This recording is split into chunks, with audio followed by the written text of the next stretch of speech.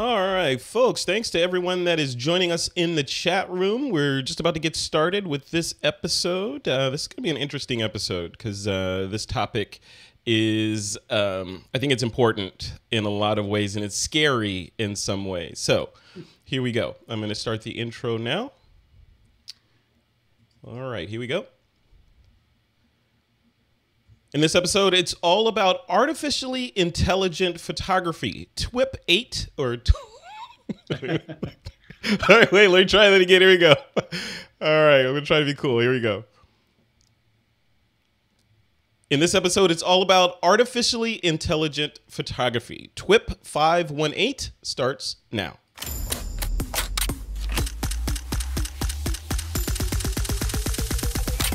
This is TWiP. All right, folks. So artificially intelligent photography is the topic du jour of today's episode.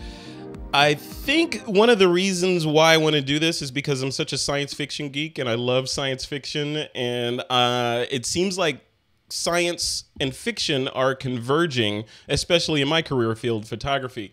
So Nancy Lehrer and Dave Dugdale are here to talk to me about this topic. And hopefully scratch it a little bit and get to the bottom of if this is the end. Are we at the beginning of the end of creativity? Are we going to hand it over to computers, or is this just another tool for us to use? So before we get started, Nancy, both of you guys, welcome to the show. Nancy, you've never been on This Week in Photo before, right? So Dave, you've been on a while ago. So Nancy, I'm going to start with you. Introduce yourself. Tell us who you are and what kind of photography that you do. Sure. So Nancy Lehrer, I'm in Southern California. I do street photography. I've been doing sort of street and documentary photography for the last several years. And I don't know what else to say at this point. You love street photography. That's it, I right? do. You love it. Yeah. And just inside baseball a little bit, you and I are going to do an interview coming up in a couple days here, or what, day after tomorrow, right? We're going to do an interview. That's right. We're going to deep dive into your particular mindset and equipment choices and all that stuff as it relates to street photography. So you haven't seen the last of Nancy. So welcome to the show. Welcome to the TWiP hosting crew. It's good to have you on. Thanks for having me. All right. And Dave Dugdale, the man behind learningvideo.com. Dave, welcome back to the show, man. How you doing? Hey, good. Thanks. It's been a while. It does feel like it's been a couple of years. I don't know. Maybe it's been a year. I can't remember. It has been a while. Yeah. Years are speeding up now as I get older. I think years are now compressed into quarters. So Exactly. So tell us about learningvideo.com. When we first met, it was learningdslrvideo.com, and now it's learningvideo.com. So tell us about that. Well, I dropped all the Canon cameras that I had years ago, and I moved over to Sony. And with Sony and Panasonic, like the what did they have? The GH4 back then. I was like, the DSLR part just doesn't make any sense anymore. And it's really hard to tell somebody about your URL or email address, and like using those 4 letters, it's just like, so I just found somebody that owned it. And I think I had to pay him like $1,000. I was like, can I buy your domain? You're not using it. And he's like, sure, that's fine. So I switched it over to Learning Video, which is a lot easier to tell people your email address and stuff like that. So got rid of the mirror and gone mirrorless. There you go. There you go. Cool. And you're fully mirrorless now, right? You're what are you shooting these days?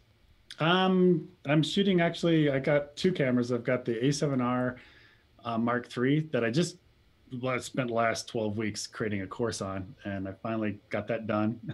And then I got a new camera. It just came in, just in for review. It's the A7 III, which is just an amazing camera. I haven't used it that much yet. I'm doing a lot of preliminary tests on it before I start the course. But so far, it seems like a rock solid camera like the other Sony cameras. Very cool. Well, good. Well, yeah, we'll touch on that a little bit later. But before we get started, I want to give a nod to our sponsor, and that's Format.com. They're the sponsor of this week's episode of This Week in Photo.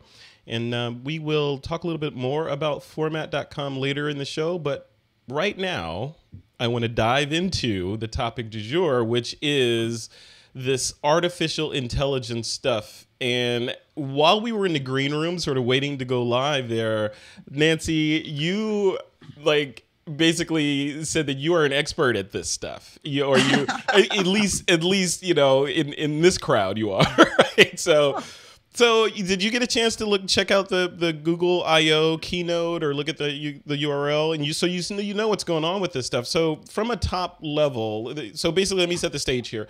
Google at Google I/O announced an update to Google Photos with some interesting new computational photography, cloud-based, machine learning type features in there, and they continue to push the ball forward on making every person with a phone a decent photographer.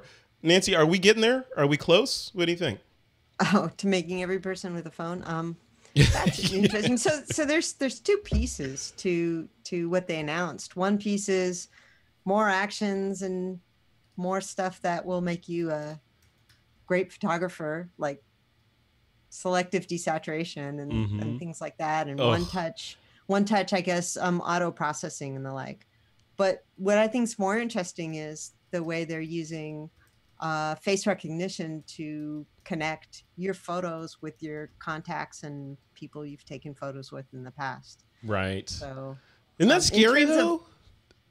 In terms of pointing the camera at something and then having the software make it into a great shot. Well, so being everybody should know that it's not what the software does, it's what you frame up to begin with. So, but it seems like that statement is becoming less and less true, right? Because it seems like it used to be, you know, back in the olden days before you guys were born, there was like, you know, this idea of aiming your camera, taking photos on the stuff that we called film, you send it off, get it processed, and then there was like, hey, did anything come out? And you were happy to get like one shot that came out, and then you wouldn't do anything with them. They go in the kitchen drawer until you cleaned out the kitchen drawer and you look at them again, right? But now every single shot comes out, and like you said, Nancy, they're applying there's these algorithms to the images to do things, to look for people, to like find complete human forms and drop out the background for programmatic selective color, which I think should be illegal. So, I mean, they're doing that. Dave, you know, when you see this, does this? I mean, do you get excited about this stuff, or like, in other words, like I said in the intro, is this a tool or is this making us into the tool? Like, what do you think? Well, I watched the keynote and it was interesting because the desaturation feature that they have, the crowd was kind of like, but there was two items where the crowd just went crazy during that keynote. And one was when they took a picture of a document, so it could have been like a model release, and they took a picture and it turned it like instantly into a PDF. Yeah, and you could send, and I guess it maybe can read the text and have some sort of text reading function or something like that. And then the crowd just went crazy. They were like, "Wow!" You know, and that, to me, that wasn't even like, you know, that artsy of a photo, because it was just taking a picture of a contract. So I thought that was kind of funny, that they got a big a cheer out of the crowd from that one. Yeah. But the other one that got a big cheer from the crowd was when they showed a vintage photo of like a girl and her mother or something like that, and it was done in black and white, and then they just basically clicked the button and it created color. So the grass behind them turned green, and it took a guess at skin tones and stuff like that. So that was kind of interesting. You know, it's kind of like that.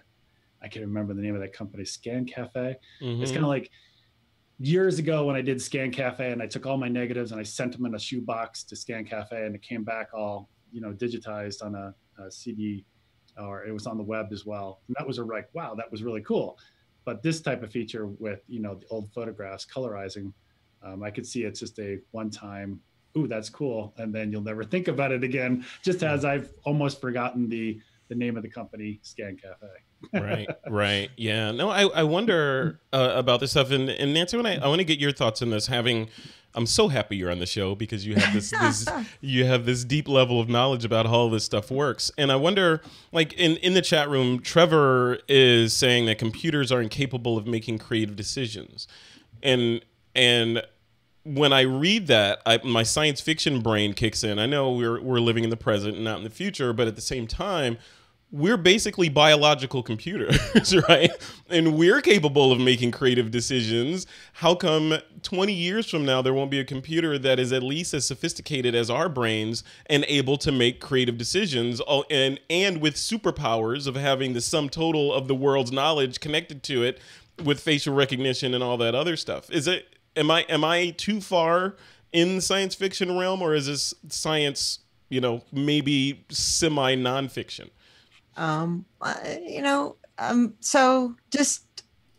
So I confessed to Frederick before we started that my background's in computer science, and I was actually studied and worked in artificial intelligence in the, God, I'm going to date myself here, but in the late 80s and 90s and 2000s. I was there. And some of my graduate work was just trying to find the edge of a face and the eyes in an image. And that's where we were at. Now it's in every camera. You can set your cameras to right eye and left eye now. Yeah. And then I also want to bring in, so we've gone a huge way in terms of being able to recognize what's in the image and being able to understand it. So understanding that grass is grass and windows are windows and sky is sky and faces are faces and eyes are eyes and lips and noses and what they usually look like, and having a great big database of what skin tones look like and what grass looks like and things like that. So we've gone a huge way. And then sort of the other thing that comes into this is, a number of years ago, IBM created Big Blue. Mm-hmm. And what took it over the edge from playing good chess or decent chess to beating chess masters was the fact that you could just do computation so much faster. Mm-hmm. So they weren't able to make it smarter. They just made it faster. So instead of trying to play the game out to 5 or 10 moves ahead and then algorithmically picking what might be the best, they just played the game out to the end. Mm-hmm. Any chessboard, they just played it out to the end. And so they knew what was the best. They didn't have to create any heuristics, any artificial intelligence to understand what was the end. So this combination of speed, large databases, is what's getting us there. And it's not that it's actually thinking like humans. It's actually thinking like humans can't do. So we make lots of judgments because mm-hmm. we can't crunch out and look ahead out to the end of the game at every move on a chessboard. So will it get there? Probably. But it won't get there thinking the way that humans thinking the way that humans get there. You have to sort of think about it in a different way. Yeah, I mean, you're compressing everything down. And yeah, I get that, whereas even when you think of medicine and a doctor, a good doctor can apply a couple of hundred situations to what looks like that you have, your symptoms and come out with a diagnosis. Whereas a computer, like we've seen, I think Google is behind this as well, where an AI can look through every single record about a particular condition and apply it to your set of, biological signatures and come up with a result. Trillions of records or millions at least of records versus a doctor with a couple of hundreds. I would trust the computer more in that situation because it has more data. Now you fast forward, Nancy, you mentioned Big Blue and it being good at board games. You fast forward to today. There was a couple of years ago I watched, or a couple months ago actually, I watched this documentary on Netflix about Go. Remember the game Go, and which is the company that built basically a computer program, which is now owned by Google, that was able to beat the leading Go player in, I think, Korea or something. Go has almost infinite possibilities of how to play that thing. So I'm like, you look at what Trevor's saying in the chat room about how computers can't be, they don't understand composition or aesthetics and all that. If you apply this logic to that, over time you can get it, right? You can know the rule of thirds and the inverse square law and all these rules about what makes a good photograph and apply them to get a good photograph, right? Or am I wrong? Maybe. I think that that where we should look to see where it's going to go first is when computers can write prose, because I think that's a little more one-dimensional, and we'll be able to see how they can piece together both artistry as well as, you know, good grammar. Yeah. Right. And photography is just image grammar. Now, Dave, I want to throw this one at you, and this is around the idea what Nancy brought up. You know, the idea that one of the features in this new Google rollout is that it can look at an image with a bunch of people in it, identify those people in the image, and then present you with the option of sharing that image with those people, and you don't have to do anything. Basically, you say, "Oh, hey, this picture has Nancy and Dave in it. Do you want to share it with Nancy and Dave?" Now, on the back end, it's done a lot of work, and it's, you know, we know Google and Facebook are already doing facial recognition. But I mean, how do you feel about that as a photographer? And a lot of this stuff is going to apply to video as well, so don't think you're safe, right? Yeah, I think it's great. If you can make it that much quicker to share, I think that's just a fantastic idea. I mean, when you look at like the cameras that I've got, these Sony cameras, I was doing a test recently on the A7S original that came out like 4 years ago. And then I was also testing like the latest one, the A7 III, and I was looking at the face detection. And what it does, it draws a box in video mode around your face, and it basically just tracks your face as it moves around. And even when you like bring your face to a profile, it still knows to be locked onto your face. And then when you like when I was using it in an interview where like the person's playing with their glasses, like, you know, and they might reach a little bit too far and they're covering one eye, it still knows your face is there. Or they might rub their nose and your mouth goes away from the frame basically, and it still knows your face is there. Yeah. So those type of things that, you know, I don't know if it's the processor speed or the algorithm that's changed over the last 4 years. It's probably both. But it's gotten so much better. And then on the photography side, like, you know, we've talked about before, like, you know, you got the eye detection. You not only could, you know, which eye do you want, you know, that kind of thing. And it could track the eye and continuous autofocus. Those type of tools, anything that you can make it simpler, faster, more accurate, I'm all for. I think it's fantastic. See, and I think, yeah, and that, I think you represent a large portion of the population on the planet. But then there's this other part of the planet that I'm part of that I worry about this stuff. And not that I'm like some big, you know, privacy advocate and all that. You know, I want privacy just as much as the rest guy, the next person, but not at the expense of all this other stuff. That's a whole different TWiP. But when I think about this, I think about, and this is abstracting all the you know, the creativity and can computers be creative and all that stuff out of it. But if everyone is uploading all their photos into Facebook and Google and putting them on Snapchat and Instagram and all that, and we have these cloud-based super smart computers that are analyzing everything and they know who everyone is, what's to stop them from drawing inferences to people and saying, you know, hey, Frederick was in a Starbucks the other day, and this evildoer was also in the Starbucks. Let me draw a link to them. I mean, and let's track Frederick for the next 6 months or so because he just sat next to that guy, you know, and now they're tracking everything I do. I mean, and this is happening. I mean, Edward Snowden said this is kind of what's happening right now. We just don't know about it. Nancy, I mean, yeah, am I being paranoid?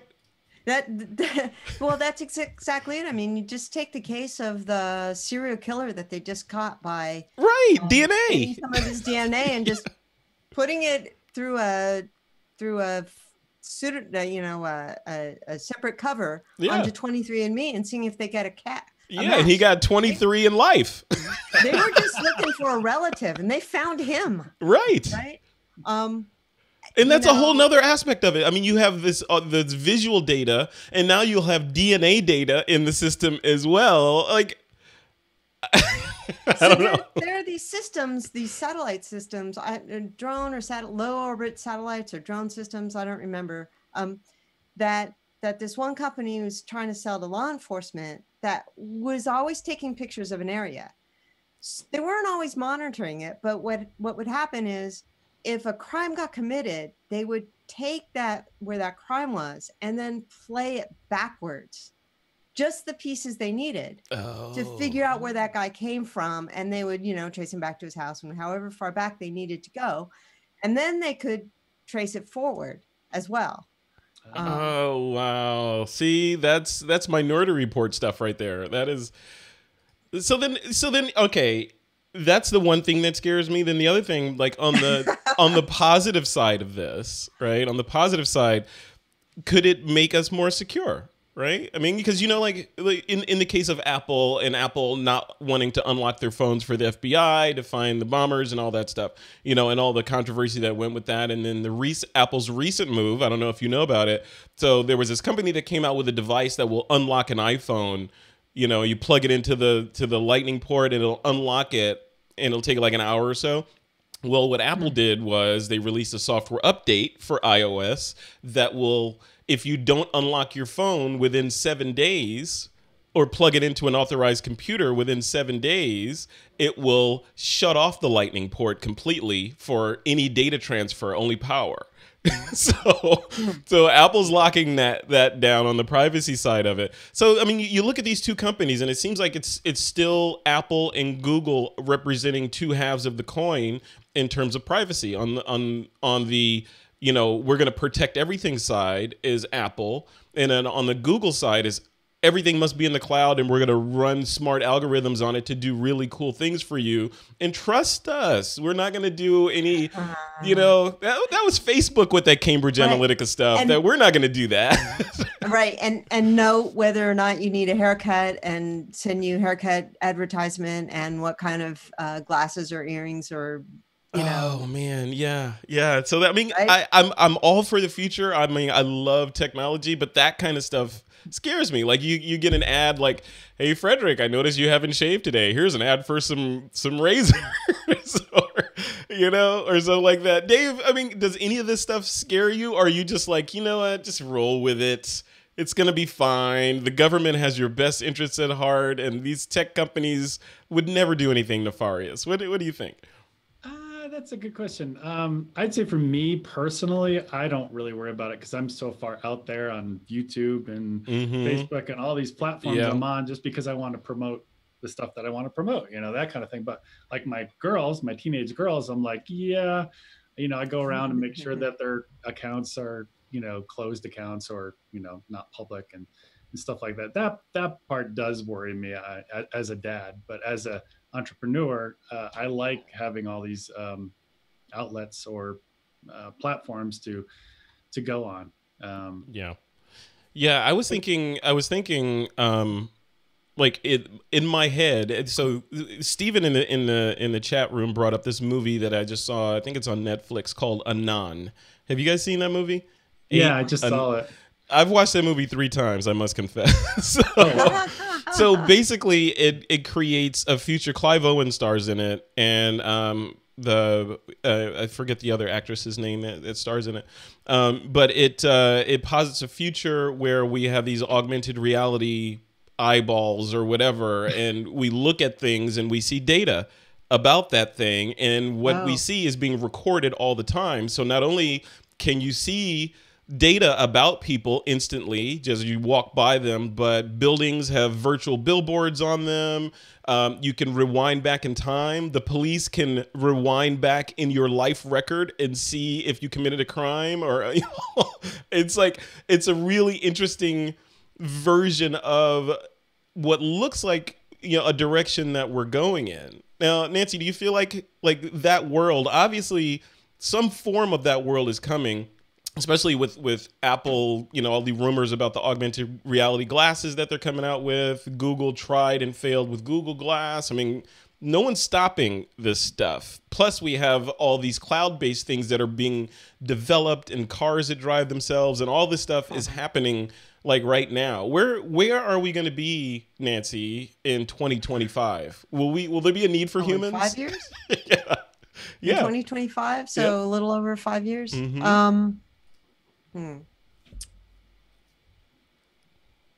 Yeah, it's scary, isn't it? I think we're going to be, I think this whole conversation about data privacy is going to get bigger and bigger. In addition to the whole conversation about hacking. Because even if you trust your own government, do you trust other governments? Right, right. And so I just saw this thing, I think it was on Stephen Colbert, where China just rolled out that they're equipping their policemen with Google Glass, essentially. And they actually have so much surveillance that, you know, the policeman can look at somebody and then it will bring up everything they know about them.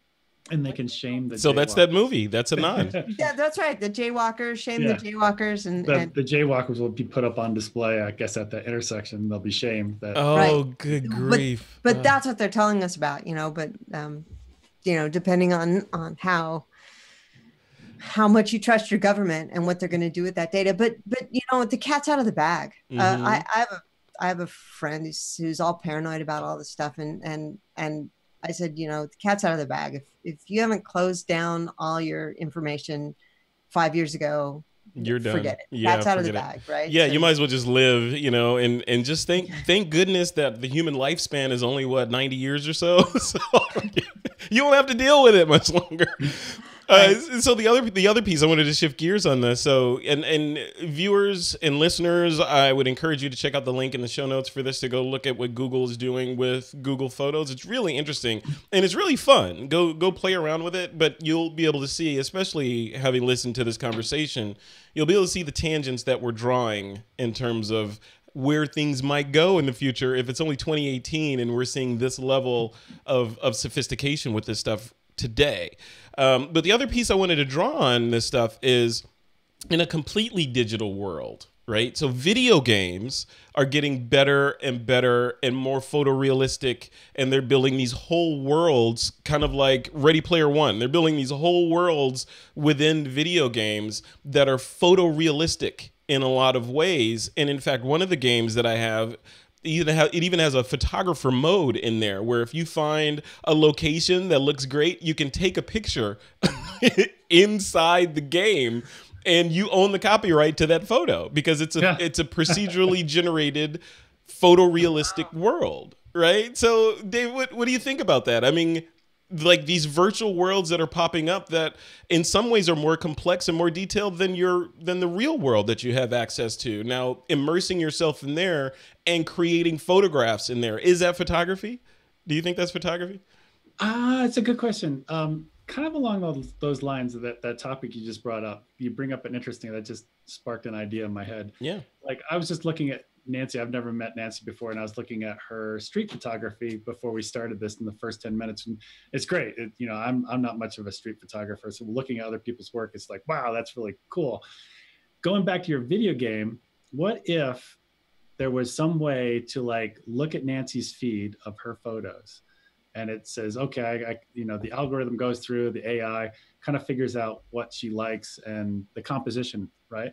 And so you're like, I want to be like Nancy. I want to be more like Nancy. So you download an app that's called like, you know, this video game, Nancy Street Photography or something like that. Mm-hmm. And it would be so cool. And this is where nobody's really gone before, but I think it would be the greatest learning tool because when I first started, well, not street photography, but more video and framing and composition and stuff like that, it's learning what not to shoot. Mm-hmm. So if you had this app, this game, let's say, and it's like Nancy's composition or whatever, and you start pointing your camera or your phone around and it keeps having this big X over it until you get to the spot where it's like, stop. And all of a sudden the X goes away and you're like, oh, there it is. You know, that kind of thing. It worked. That would be cool. Yeah, see, and now that's coming. You know that's coming, man. That is scary. All right. So I wanted to put that bug in your ear just because that's photography, right? It's image making. If you're inside a virtual world, the rules of composition and image making and all that stuff should apply within that world, depending on how the game creator created the physics within that game, right? So I don't know. I'm interested to see where that could go, and if, you know, when are we going to see the first gallery show that was created from photographs taken within a virtual world? And I mean, Well, wasn't there a guy that would spend hours and hours searching through Google Earth and created a photo gallery of his images of slices from Google Earth? oh no, I didn't see that. Wow. Yeah, I think this was a while back. Wow. So Yeah. See, I'm sure, there's, and then there's the Prince, I think was somebody Prince, who took photos of people's photos on magazines and turned them into other things. So I know Sam Abel got ripped off this way. mm-hmm. The Marlboro guy, and so people have been doing it. Yeah. You know, the, Yeah, yeah. I mean, there's all kinds of copyright concerns, and I mean that's another 2 months of This Week in Photos. So, but okay, so here's another twist in this for you guys. What about the? So we have, like, Dave, you just got your A7R3, right? You're happy with it. I shoot with the G9. I'm happy with it. Nancy, you're shooting with Olympus, if I recall, right? So that's right. These cameras are computers in and of themselves. So what do you guys think? And Nancy, I'll throw this at you first. What do you think is next for cameras, and how come we're not seeing the level of innovation in terms of software, operating systems, computational photography, cloud-based image, photo recognition, all that stuff down on the phone, or not the phone, but the mirrorless or DSLR level? How come we don't see that yet? Size and heat. Yeah. Yeah. So, these cloud algorithms, there can be vast arrays of computers helping out, and the technology there. Mm-hmm. And then, the heat that they give off. Hey, but I got to counter you on that. I got to counter you because my iPhone does all that stuff that I just mentioned, and these Android phones do all those things. And I'm no engineer, but I would imagine they could kind of fit some of that stuff into the body of a camera. How come we don't see that kind of cell phone technology inside of your Olympus?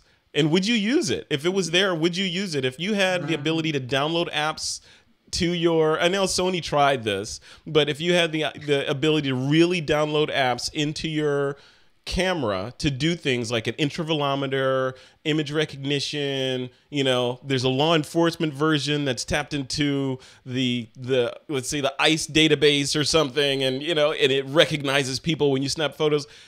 Is that where things are going? And would you want that? Hi. I'll go to Dave. Dave, sorry, you can answer that.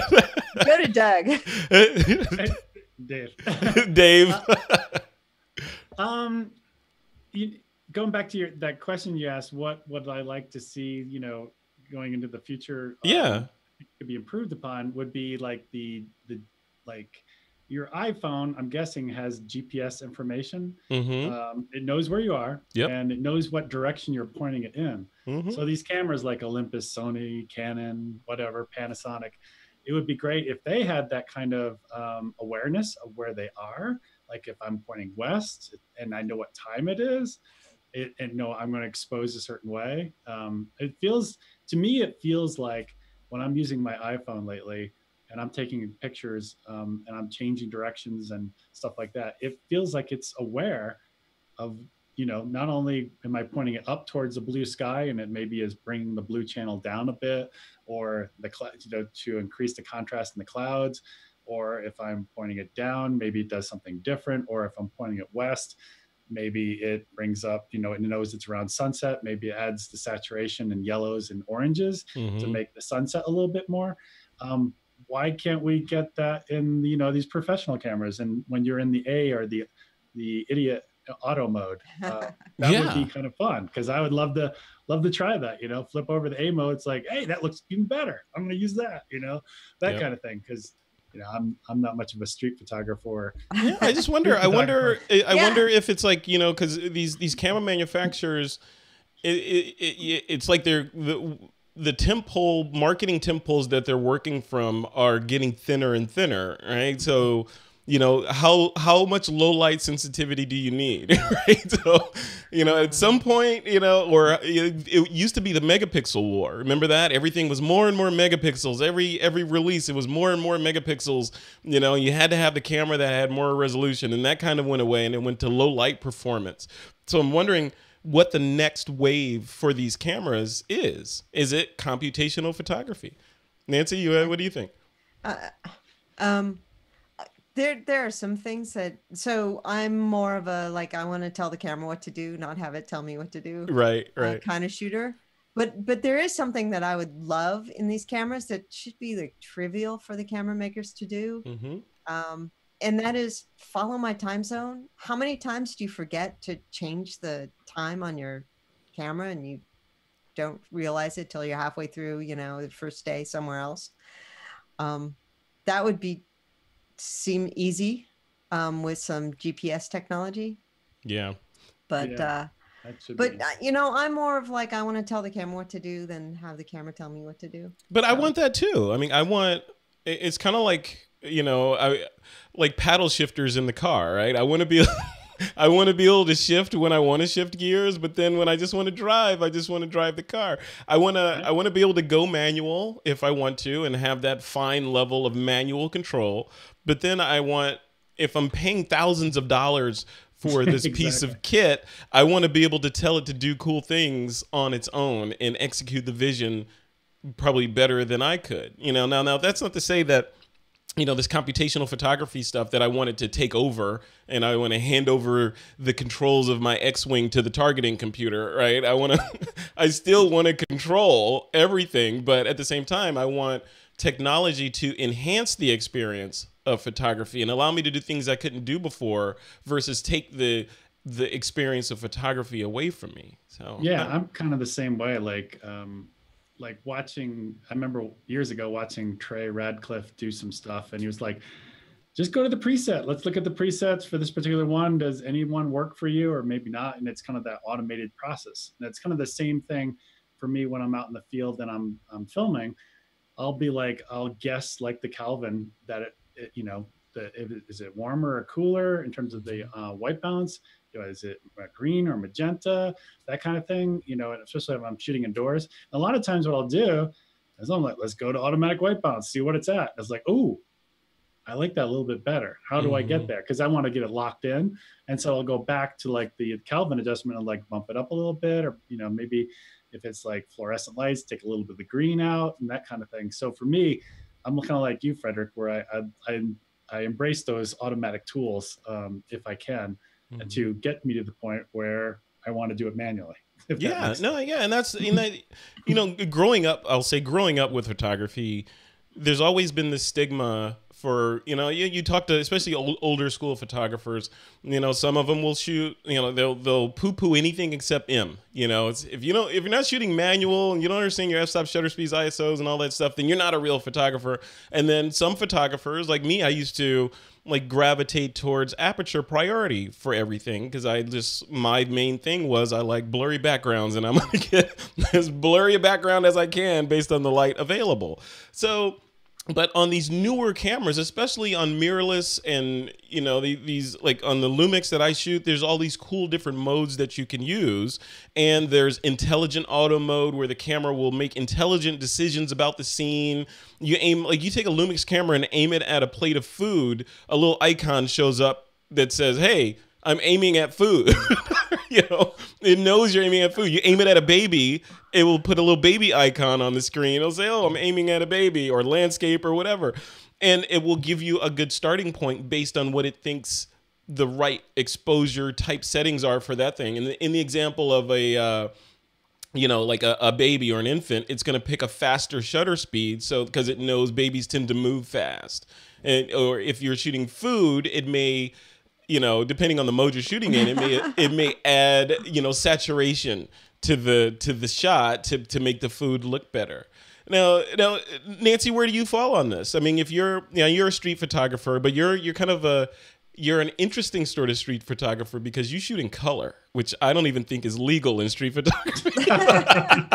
And that's why I wrote the book. Yeah, that's why you wrote the book. So where do you fall on this stuff? Like the different modes. Should we be like, we're professional photographers, so we don't use any of the automatic modes, or should we be embracing these modes?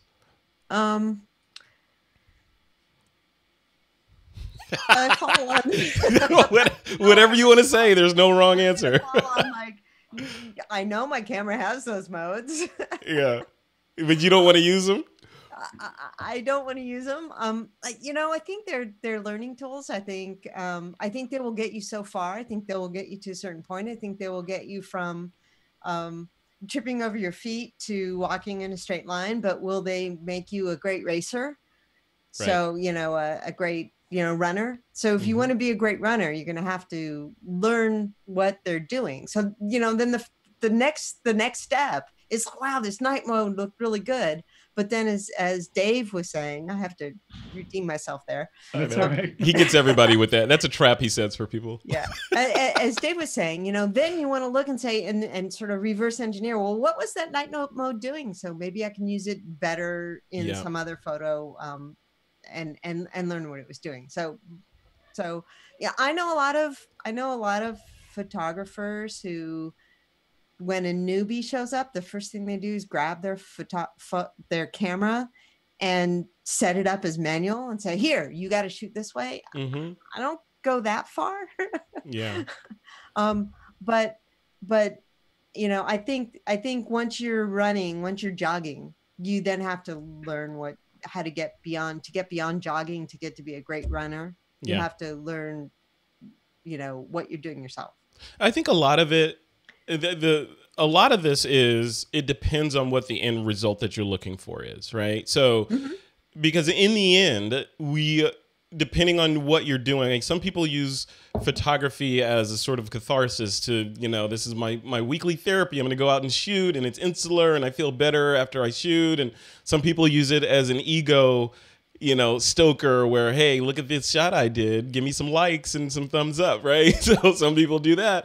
But, in the end, like, if what you're trying to do is get better at the mechanics and the physics and the psychology and all that stuff of photography, then then you should go and understand with all the knobs, bells and whistles and what's happening when you press that shutter. You should understand that intrinsically. But on the other hand, if you don't care about that stuff, if you just want to get to the destination, I think that's okay too. Because I think of it, I use the analogy of a car, right? So some people like fixing cars. They like getting under there and changing the oil, and they know how everything works. When you hit the brakes, they know the linkages. They know what's happening when you hit the brakes. Or when you turn, turn the wheel. They know exactly what's happening.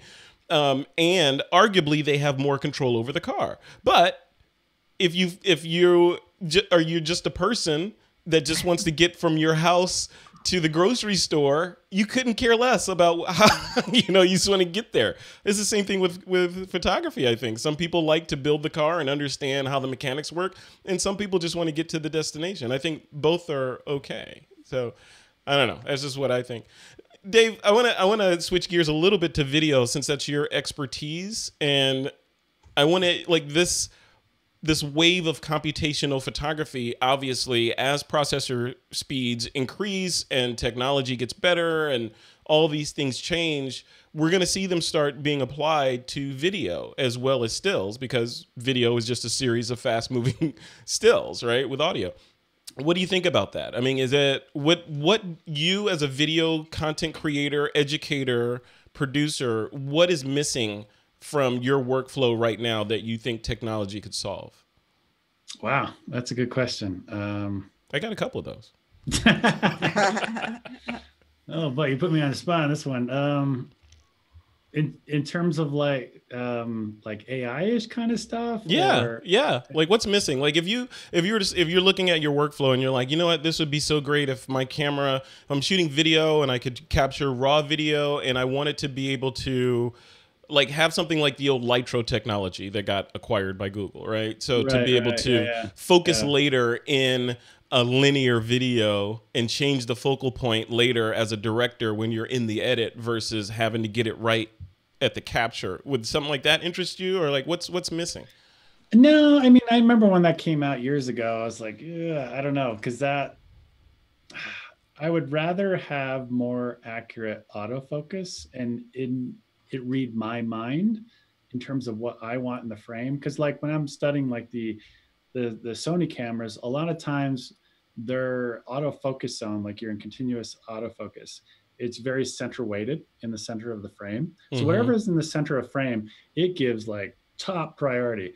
But if there's like nothing in the center frame, let's say it's just a like blank wall, and there's something up in the corner of the frame that has high contrast, it's like, all right, I got nothing in the center of the frame to go. I'll pick the stuff way out here, right, to actually focus on. For me, you know, the Lytro technology, that just sounds like you're increasing my workload, which I don't want to do. Right. I would rather get even more intelligent AI built into the autofocus system for video. So it's like we're getting great with the faces. That's fantastic. But when there's multiple faces, it's almost like you get to try to understand the algorithm in such a way when you're shooting, you kind of know what the autofocus is about to do. Is it going to leave this face to go to another face? I mean, you can register faces now, and they've gotten really good at that too. I mean, like I've got a couple of my girls' dolls that I brought up from the basement, and they're American Girl dolls, if you know what those are. And they basically have the same form and shape of their face. They're slightly different. And if you register their faces in the Sony camera, it knows which one's which. So one could be the bride and one could be the bridesmaid. So if you're setting up at the beginning of the day, you can have the autofocus latch on to the bride rather than the bridesmaid. Or if the bride's not in the frame, boom, it's going to the bridesmaid, it works fantastic. That type of stuff, if they keep evolving on that kind of stuff, that would, to me, makes me even more happy, because it's getting better and it's come a long way in the last 4 years, but I think they can do even better, especially since everything's so center weighted. I'd rather it be maybe bigger than center weighted, more towards the edge of the frame, and understanding when there's not a face in the and also like the object tracking like Sony has. You could say like this object that I have behind my head here, I could let's say I want to track that and lock onto it, and then it'll constantly lock on that object. Well, that part of the autofocus system and the Sony universe is very slow and laggy. If they could make that faster, that could be a better tool for video. Yeah. I mean, I think the bottom line, and we'll close this topic off with this, I think part of the bottom line is that, you know, and I feel like I say this almost every year. TWiP has been around for several years, and I feel like I say this every year, that we're at the beginning of this wave of technology, and every year, the next year, I'm surprised at the stuff that comes out and the capabilities that I have. You know, there's all, and Nancy, my introduction to mirrorless was with an Olympus OMD EM5, I think it was, and the thing that hooked me on mirrorless was the ability to see a long exposure draw over time, which my Panasonic can't do, but that Olympus could do it, and it could draw like I did. I went to San Francisco and I did that obligatory shot of the piers, you know, with the water looking like fog, and you sit there with the camera on a tripod and look at the back of the camera, and the water just gets more and more foggy over time, and you just stop it when you're done. I was sold after that. I was completely sold on mirrorless. So fireworks. Yeah. Yep. Yeah. The thing that hooked me on the Olympus, but on mirrorless in general, was the ability to change your exposure compensation and actually see it in the viewfinder. So you know, what you see is really what you get. I started with the generation before the EM5 with the EPL2. Okay. Wow. Yeah. See these kids today. See, I think you have to have come from a background where you, like me, where you shot film, to really, really appreciate. Like the one thing that just killed me with just digital, like my first digital camera was a Canon 10D.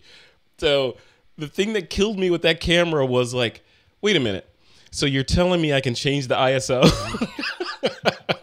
Wait a minute. I can change the ISO, and I don't have to worry about carrying multiple bricks of film for different exposures.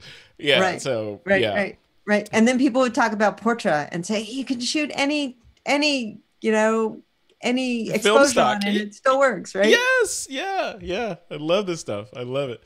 All right, guys, I want to remind the chat room and folks that are watching this that we are streaming live. So if you want to get in on the conversation, get your question in to the chat now. Christopher Berry is in there, and he will grab your questions and throw them in the Google Doc that all three of us are looking at right now as we record this. So if you have a question about anything or one of these topics, make sure you throw them in the chat room, and we will get to them in the next segment after this one. And with that, I want to take a quick pause to give a nod to the sponsor for this week's episode of This Week in Photo, and that's format.com. So in that little pause right there is where I'll insert the advertising. Okay. All right. So it is time for the picks of the week segment. This is the segment when you guys get to recommend anything that you would like to recommend to the This Week in Photo audience, as long as it is somehow related to photography. Nancy, since you have never been on the show, this is your first time, hopefully first of many, I'll let you go first. What is your pick of the week? Great. So I think the new Olympus. Oh, sorry, I was looking at the other photo. I thought you were still talking to me. See, I told you not to look at the live stream. Yeah, don't look. Don't look. So the new Olympus f1.2 glass, they've come out with three different focal lengths. So micro four thirds is 2x crop, so just double everything I'm going to say. So they've come out with a 17, a 25, and a 45, and they're all f1.2 glass. They're a little bit bigger than what we go for mirrorless cameras for, but I just took one and I did this series of night shots in Venice. I took the 17, which is a 35, and it would just behaved fantastically. So it's really great to see all these like really high quality lenses, fast prime lenses coming out in the mirrorless world. And those are all 1.2? Those are f1.2? Yeah. They're all 1.2. Wow. Do you know how much the 17 cost? Oh, and they're all priced at $12.99. $12.99. Okay. Yeah. Wow. Just $12.99 for that's amazing where things have gone. Yeah, and then I wanted to just also do a shout out to you can now like get custom printed business card size USB Oh, cool. drives. What? Drives. Look at that. That's some These are swag. really- That's an really awesome cool pick of the swag. week. Are you kidding me? What does that cost to get that? So this cost about, I only ordered 50, so it cost about $6 a piece. Obviously if you order more, it would be less. You send them the design. And so I bring these with me and I can sell my book in PDF form. Oh, wow. On this little card. Oh, that is fantastic. Wow. Make sure you give me the link to that in the show notes so I can put that in the blog post. Yeah, Yes. so It looks like it's thin enough that it can fit in your wallet too. yeah, it's a business card. Essentially, it looks really it's thin. very sturdy. Huh. What's the capacity? What are the different sizes they come in? Well, I got a 2 gigabyte. You can get them larger. You could put a whole course on that, Dave.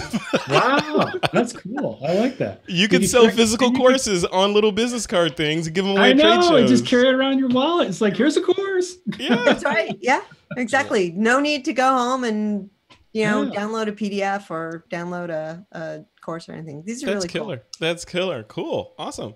Well, thank you. That was two excellent picks of the week for your first time on the show. I appreciate that. All right, Dave Dugdale, what is your pick of the week? That would be the A7 III for $2,000. This full frame camera is amazing me. It's really quite something. I've only had it for 3 days. Been running some tests on it, but with the new increased battery size to the things like my menus built in, the 4K recording is great because in terms of it doesn't pixel bend in either crop mode or full frame. So far it's been a fantastic camera, and for $2,000, that's hard to beat. Yeah. I mean, it's pretty amazing for having a mirrorless camera at that price range. I have my B&H rep that I work with. Sounds like they're just flying off the shelf right now. They're having a tough time keeping them in stock. It looks like it's going to be an extremely popular camera. That's awesome. Good. Well, Sony's crushing it. Sony has been crushing it for a while now. So it's almost like that when they came out with this and they put a $2,000 price tag on it, they're like, okay, Canon, what do you got? Yeah. We're like, try to match this because it's going to be tough. Yeah, that was our last show. See, it's funny you just say Canon. You don't even mention Nikon, right? So our last show was we beat them to death, I think. So yeah, interesting stuff. All right, cool. I have a pick of the week. My pick of the week is, and I just did a review on this that I'm going to publish tomorrow on This Week in Photo and on our YouTube channel. It's for the Lumix Leica 200mm f2.8 lens, and it comes with a 1.4x teleconverter. And you can get an optional 2x teleconverter for it as well. I've never owned a fixed focal length long lens like that. So it took a little bit of getting used to, but wow. I was like, wow. Because it's the last long focal length lens I had like that was a zoom lens, and I don't think it had image stabilization in it. This one is image stabilized, and on the Lumix G9, it has in-body image stabilization. It uses the in-body and the lens stabilization simultaneously, and it gives you about 5-ish stops of extra handheld power with this thing. So I was surprised when I took it out. I took it out to the Sacramento Zoo, bummed around in there, took a bunch of photos, and I was blown away at what this thing could do. The only negative about it for me was I had to drop it in FedEx yesterday to send it back to Panasonic because it was just a loaner. And B, they're just under $3,000 to get the lens, but if you get it from B&H, they're doing some special where you can get $500 off. So for about $2,500, you can get the lens. And for me, I don't need the lens that badly to spend $2,500 on it. But I could see if you were doing, some people in the TWiP Pro community do auto racing, and I know people that do birding and that kind of thing. So if you're doing that, I think, it's worth the investment, but not just to have it to keep it in your bag just in case, aliens land across the street and you want to get a close up. So yeah, so that's my pick, the Lumix Leica 200mm f2.8. And we're going to continue the show, guys. We had started this thing where we were ending the show here and then going into overtime with the questions, but it looks like we only have a couple of questions this week. So I'm going to continue the show and move right into the Q&A segment. And the first question, the first Q&A is from Trevor Panaki. Trevor says, has the massive influx of technology contributed to the decline of the artistic viability of photography? We keep pushing for more and more tech. To what end? Nancy, what do you think? Are we oversaturated with technology and we just want the next thing when we don't really need it? What do you think? It becomes more and more difficult to justify the next upgrade of your camera. How many reviews have you read recently that says, oh, well, if you have the previous generation, you would only consider this if. Right, right. So I think we are, but I think people still keep buying new cameras and get new tech. I would say Trevor's question, that question is, you could ask that same question 10 or 15 years ago or 20 years ago, right? You could have said that you could have phrased it the exact same way. And you're like, to what end? Not knowing that today that we were going to have cell phones and drones and Sony cameras that see in the dark and mirrorless and all this other stuff. So, you can't, I don't think there's a way to feasibly say, let's slow down on technological developments as it applies to photography, because you don't know what's just around the corner. I mean, like Steve Jobs said, we don't know what we need yet. So, there's going to be something that comes out next week. They're going to be like, I don't know how I live my life without that thing. I must get it. I'm going to take a second mortgage out to get it. So, all right. So here's another question. This one's from Christopher Berry, our community manager. This is to you, Dave. He says, have you reviewed the Fuji X-H1, especially for video?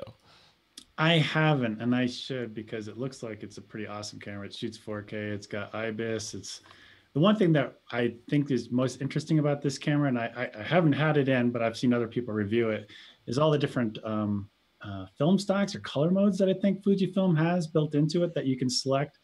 I think that would be very interesting. So, I mean, coming at $1,900, it's very close to like the A7 III in terms of money. But the one that I'm really interested in that's coming to come out this September is the Blackmagic. Let's see if I can get this right. Blackmagic Pocket Cinema Camera 4K. It's Yes. basically a micro four thirds camera, but it'll be able to, shoot RAW, ProRes. It's got a huge 5-inch screen on the back. It's, it takes micro four thirds lenses. Should have pretty good dynamic range. And since I used DaVinci Resolve as my NLE and my coloring, oh, you're workflow. using that. Interesting. Huh. Yeah, I left Premiere a couple of years ago. To me, that camera, which is that camera, I think is $1,300. Yeah, that's the one that's really got me the most interested in. It's funny. It's funny you mentioned that one. I'll give you a little inside baseball. I interviewed them earlier this week. The Blackmagic rep for that camera, because we were going to talk about it. Did the whole interview, and for some reason, the guy that was doing the interview, great guy, but for some reason, he decided to do it from his laptop on Wi-Fi, and I think the lobby of Blackmagic. So the whole interview was like Skype, robotic, stopping every 5 seconds. And I tried to salvage it, but it turned out to be unusable. So we're going to reschedule it for next week. We're going to do an interview. And it's interesting, some of the learnings that came out of that, because I researched the camera, obviously, before I did the interview, was that thing. One of my questions to him was, why would I want to get that thing when I shoot Lumix and, it's 4K and I have all these bells and whistles and I have a GH5 and a G9. Why do I need that camera that doesn't even have an articulated LCD on it, right? So he went down the line of a couple things. And a couple things that stood out in my head were, you can plug a hard drive into that camera. yeah, you can. It's got the USB Type-C connector. And yes. Those little Angel Bird, I think they're called. Yep. Little tiny ones. You can basically just duct tape it to the side of the camera. And record forever. Yeah, and you can plug it into the wall. That hard drive, that SSD, and then basically plug it into your computer and just start editing. Yeah. You don't even have to transfer. Yeah, it is really, really cool. Yeah, that was really interesting, because I was like, why? And I still don't think that camera's for me, because for the stuff that I do, because, I'm doing this kind of thing. I'm recording this right now on a GH4. So, it's the GH4 is a really awesome camera, and I've relegated it to being a webcam. So it shows you how much I need tech right now. So do you need more tech? Exactly. Yeah. Do I really need more technology right now? I'm using, I'm using a Rolls Royce to empty out the garage. But yeah, so yeah, it's interesting, and I'll publish that thing as soon as it comes out. Here's another question. And go ahead, Nancy. Remember when the first mirrorless cameras came out, they were like at $1,000 price point, and people said, "Oh, that's a lot of money." Mm-hmm. And now they're at a $2,000 price point. I mean, the top of the Panasonic, Olympus, Sony, Fuji, right? And people are so there's some note in the chat that we're paying with our pocketbook for all these features and all this tech. Yeah. They wouldn't be building the stuff if we weren't buying it. So it's our own fault. It's our own fault. We are the market. All right, here's another question. This is the last one, and Chris says this is for everyone. He says, also, when making an image or video, what features do you find yourself disabling, even though you may have made your buying decision on inclusion of those features? Yeah, that's hard. Yeah. Nancy, you want to go first? So the feature that automatically switches between the back of the camera and the electronic viewfinder, I just turned that switch off. And then on the new Olympus, so this is really funny. On the new Olympus, the viewfinder folds out. You kind of have to, the back of the camera, you kind of have to fold it out and then turn it over and fold it there.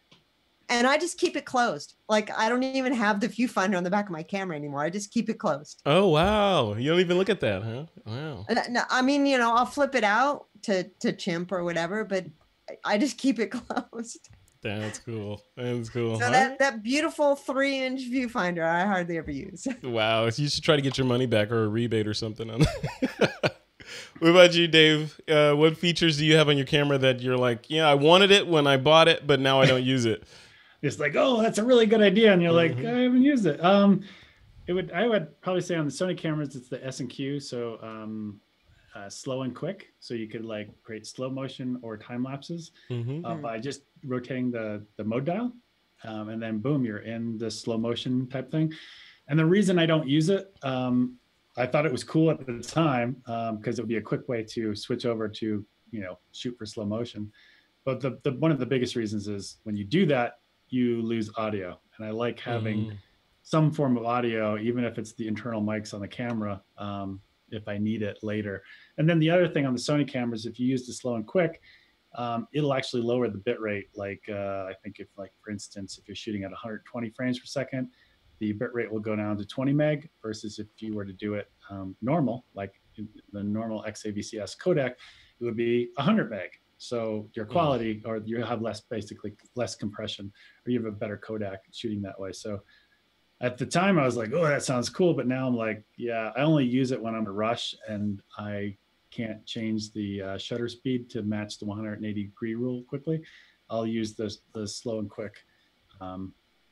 But yeah, that's the slow and quick. Yeah. The one feature that I still intend on using this feature on my cameras, but it's the 6K photo mode. It's got my Lumix cameras have a 4K and a 6K photo mode, which essentially allows you to take like 30 frames a second, you know, stills, and then you can go in and basically slide your finger along and extract one of the photos out of the range. So someone's doing like a layup or in some sort of action thing, you can capture that whole thing and then go back later and harvest out the image that you want. I'm going to use it. I just haven't had an opportunity to use it. But that's killer. And it's also got this mode on it, my G6 or sorry, G9 called post focus, where you can capture. You put the camera on a tripod or something, and it will capture a series of images throughout a depth of field range and then composite them together to give you a full depth of field, focus stacking essentially. But you can also do the same thing like you can do with the 6K photo mode, where you can go in and find the one that is the right slice of depth of field and extract that out. So I haven't used either one of those features yet, but I gotta dust them off and try them. I've been doing the Nancy thing and just shooting with the camera. I gotta get into the bells and whistles of this thing. All right, guys, we are at the end of another episode of This Week in Photo. Folks in the chat room, thank you for participating and coming along for this ride. And if you want to continue the conversation in our community, just head over to TWiPPro.com. That's the This Week in Photo community. You can connect with me, our co-hosts, or whatever you want to do. Just check it out at TWiPPro.com. Nancy, tell us a little bit about what you're working on and where people can go to find out, some of your cool projects. So my website is inancyimages.com. My Facebook handle and my Instagram handle are both Nancy Lehrer. And I just wrote this book, Life Happens in Color, and so I'm working on parlaying that into some workshops and some other local teaching possibilities. And are you going to do those locally? Like when you start doing your workshops, are you going to do them down in Southern California? Because I know you mentioned you like to travel a lot, or are you going to do them around the world? Well, they're going to start out down in Southern California. I have some ideas about how to organize them, but not quite ready to let the cat out of the bag. Okay. All right. So let me know. Let me know when you're ready to let the cat out of the bag. I'll help you put down some cat litter. So. Great. All right, Dave Dugdale, where can people find you, and what are the things that you're working on? Learningvideo.com, and I'm on Twitter and all that stuff. And the next thing I'm working on is the A7 III course. Hopefully I'll have it done in a few weeks. It shouldn't take me too long to do this one. But yeah, that one's keeping me really busy. Yeah, that's good because your courses are amazingly comprehensive, right? Oh, they are. Yeah, like you go through every bell, all the bells and whistles, yes, and I go through everything. Yeah, it's like a 5 or 6 hour course. Wow. And what does that course run? How much? It's $49. $39. That's it. $49. I had it on sale for like the first 10 days at $39 when I released the A7R3. You must be selling a group of those things because it's at that low price point. I mean, I would put a 1 in front of that if I were you. Yeah. Just saying. I don't know. Just saying. That's a lot of work, But, Sony people have a lot of money, so, just... All right, guys. Well, cool. Thank you both for coming on this episode. It's been a pleasure chatting with you guys about artificially intelligent photography. I am more scared now than I was at the beginning of the show. I don't know where things are going. But, the good news is we're all getting older. So, what I tell people is, I'll be senile and I won't even care. So I'm like, yeah, whatever, go ahead and track me. I don't care. Whatever. So cool. Well, thanks guys for coming on. I appreciate it. And to the folks that are listening, watching, or otherwise keeping up with us, just make sure you head over to thisweekinphoto.com to subscribe to our podcast, and please subscribe to this YouTube channel. That way you'll get notified when we release new episodes, or I publish a new episode that's going to go live at some point in the future. And that's it. That's it for this episode of This Week in Photo. It is time to take that lens cap off.